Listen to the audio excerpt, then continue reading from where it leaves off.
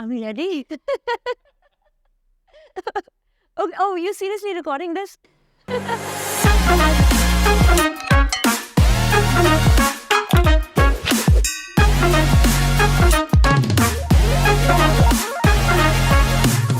so today we have a very surprise thing for the Eminence Unfiltered because I had to catch hold of Dr. Mayur Parmar, that too out of a conference. So this is not a planned podcast already. So let me just introduce Dr. Mayur Parmar to you first. So we have Dr. Mayur Parmar, who is the Deputy Collector and SDM in Panchmahal district of Gujarat. With over 12 years of experience in pharma regulatory and in administrative services, he has led various complex projects in land management, election management, disaster management, public distribution systems (PDS), and land revenue. He has also served as a drug regulator investigating NSQ drugs and initiating prosecutions for misbranded drugs. He actively engages in social welfare activities and is associated with the Reason for Smile organization. He is dedicated to lifelong learning and continuously seeks personal and professional development in various fields. And he is a wonderful friend as well. So let me introduce you to Dr. Mayur Parmar. How are you doing today, Dr. Mayur? I'm very good, and thank you for all the hospitality, Eminence Media Group. Thank you very much. And I want to thank you for agreeing to do this podcast with us because it's so very important. I've been thinking it from a very long time. You remember Darshan, right? So he's been pushing me, okay, you need to do podcast with Dr. Mayur. I was like, yes, I am going to get hold of him. But we finally have hold of you and we are doing this podcast. Thank you very much. Thank you. It is my pleasure. So I'll tell you the reason behind we do this podcast is because we want to tell our listeners who are these leaders behind the facade. They all know who you really are professionally, that your experience with government of Gujarat, your experience in FTA. What we're interested to know, who is, let's remove doctor for a while and say, who is Mayur Parmar behind the facade?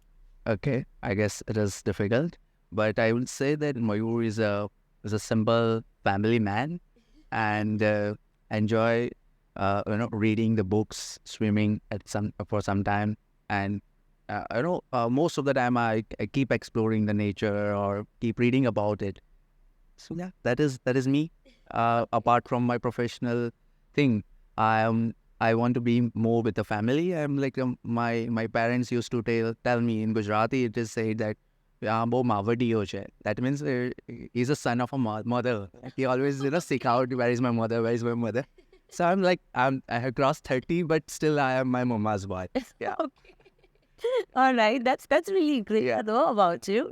And when I was reading your biography, I also realized that you are associated with Smile for Reason. Yeah. Right. So means that's a social welfare. Yes. Tell us more about it. Well, being in this job, I used to visit small villages, and so some of my friends have created this organization, and we thought that if we can reach out with the for the people who really need it. So we have done some very good activities like providing education to young kids. Earlier, I was working with a tribal district named Chota Udaipur, which is a 100% tribal district in Gujarat. So we reached out to many villages where there was a gap, and so by this organization we have provided a continuous education for them. Later on, we have a group of 40 plus friends. All of us have adopted one family. Adopted in a way like we will be with them as a part of their family, like how to do, what to do next, whether to study this line or that. Because if such little support they will get, then I think the next generation will be more equipped to face the realities of the life. So that was a very, very satisfying thing to share here. That yes, many of my friends have also participated with us, and like we all have one family to for with my the family with whom I am associated. They have 4 kids, so all of them are in my contact regularly. I we whenever we visit, we share a little things like a little stationery, chocolates or thing. But it is very, very it makes them very happy. It makes me very happy, and at the same time, I feel that with this continuous efforts, I can bring a little change in their life. And if collectively everybody is doing that, it can bring a bigger change. Yes, I agree. We we cannot change the life for everyone. You change for one and somebody else follow you in your footsteps and it changes the world. That's a very beautiful perspective. So this is based out in Gujarat? Yes, it is based out at Vadodara only. Okay, all right. That's really beautiful to know. Yeah. You have such a busy schedule. Like, I have always seen you working and always traveling and always doing so. Help me understand, how do you make so much time for this activity, for this important part of life also? Okay. Well, I don't think, anybody is busy forever. I mean, it is just about the priorities. I mean, everybody is working professionally, and I'm sure in India, everybody is working more than 8 hours a day, and everybody is, I think, as I was checking some data, we are the population who works maximum number of hours in the world. Only few countries are there ahead of us. But still, I believe that if we have that interest in us, like where we want to give back to the society, then I'm sure it is like, time is the most flexible thing. I mean, once you decide, time is available, and it is available to everyone.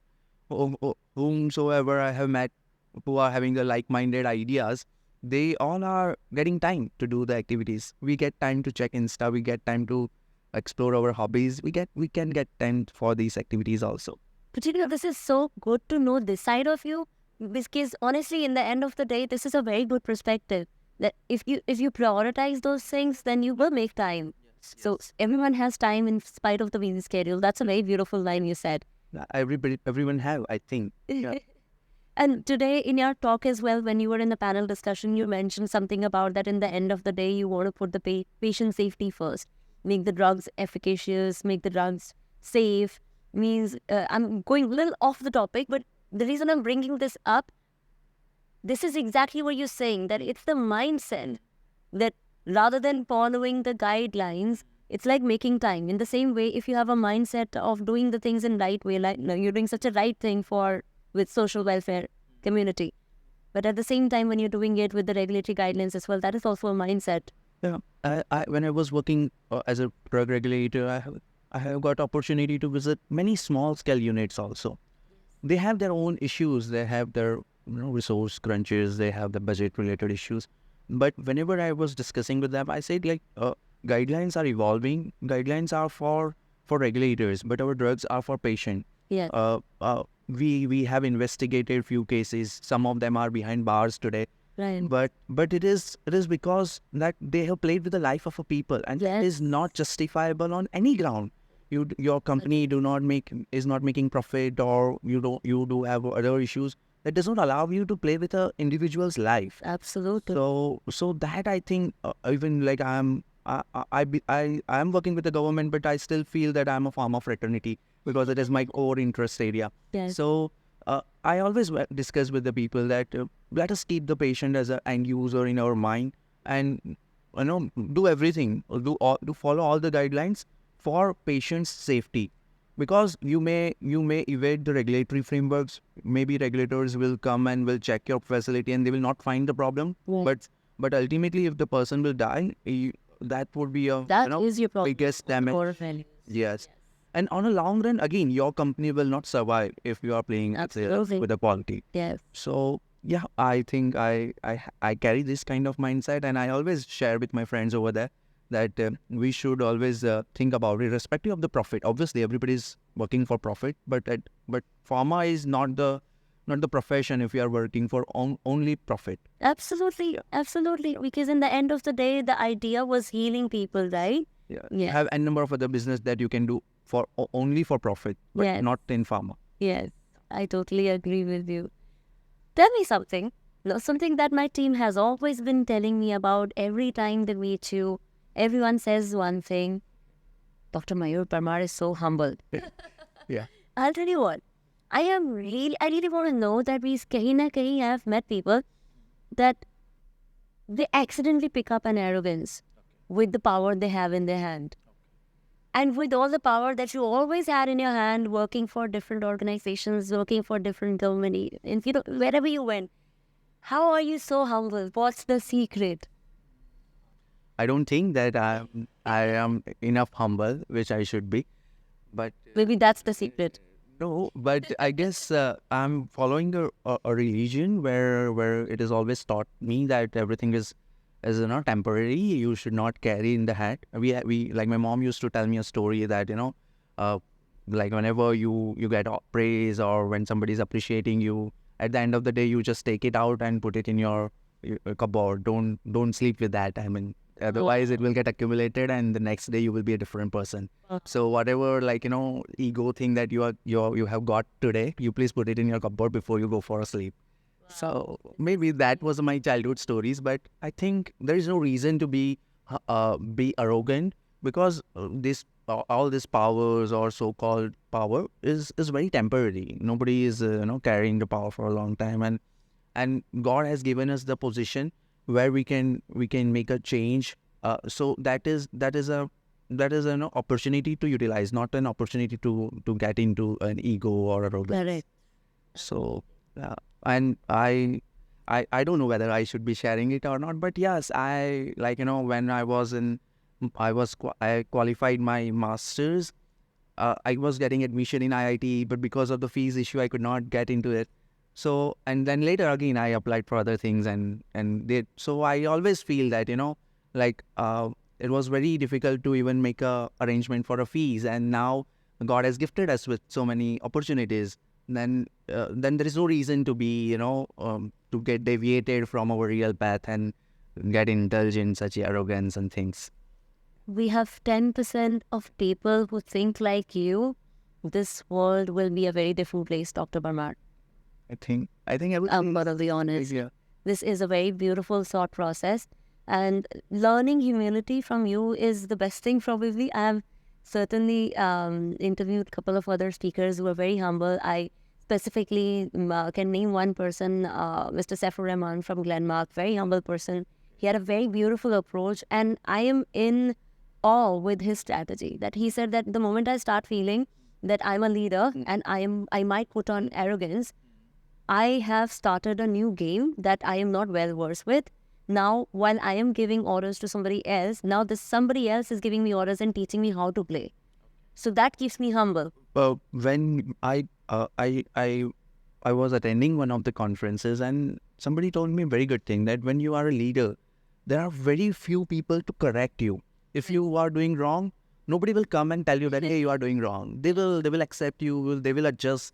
And gradually when you're going up in the ladder, and everybody will adjust according to your style, but nobody will try to correct you. And then you will cross that tipping point where you are a disaster and nobody will tell you that you are a disaster, and then you will fail. Yes. So just before that tipping point, you has to self reflect, you has to do the introspect and correct yourself if you are deviating.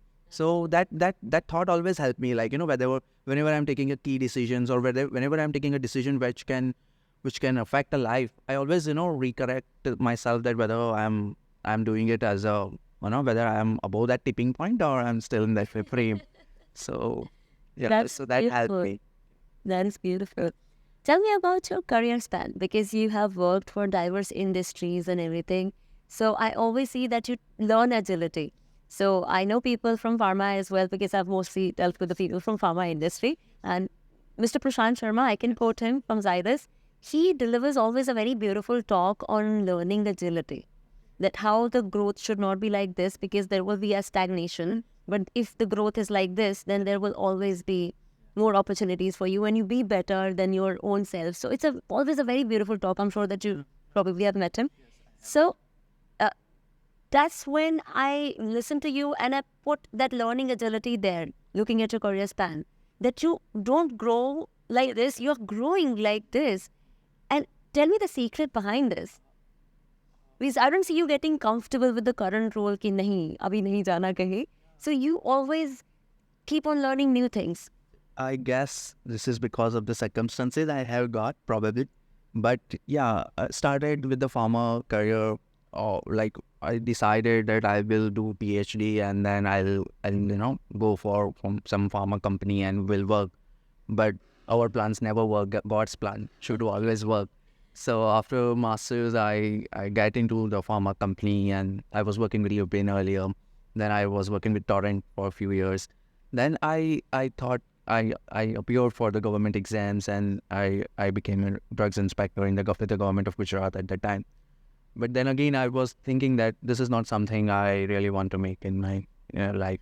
So again, I appeared for the civil services exam, and now I'm working with the general administration services, where I am like here I am getting a very good satisfaction in a way that every day I have a new task in front of me. One day it is an election management, or on second day it is a disaster management. Third day I has to deal with the land related issue.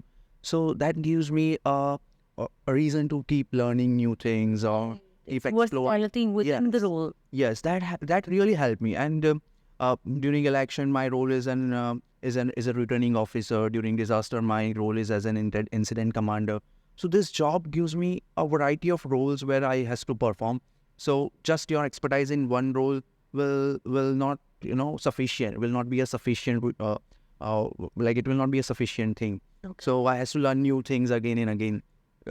Next day I was learning the stamp duties, which is a core account related things, where I was from the science background and it was a commerce related thing. So I need to start from the scratch and I need to learn. So which helped me even because of this thing I thought I should learn and do the MBA. So I recently completed my my thing from IIM Indore.